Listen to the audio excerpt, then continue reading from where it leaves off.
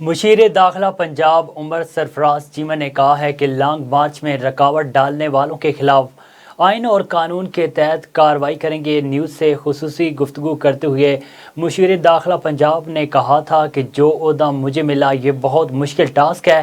وفاقی حکومت گرما گرمی کا ماحول بنا رہی ہے۔ گزشتہ 2 ماہ میں پنجاب حکومت نے بڑی ذمہ داری کا ثبوت دیا۔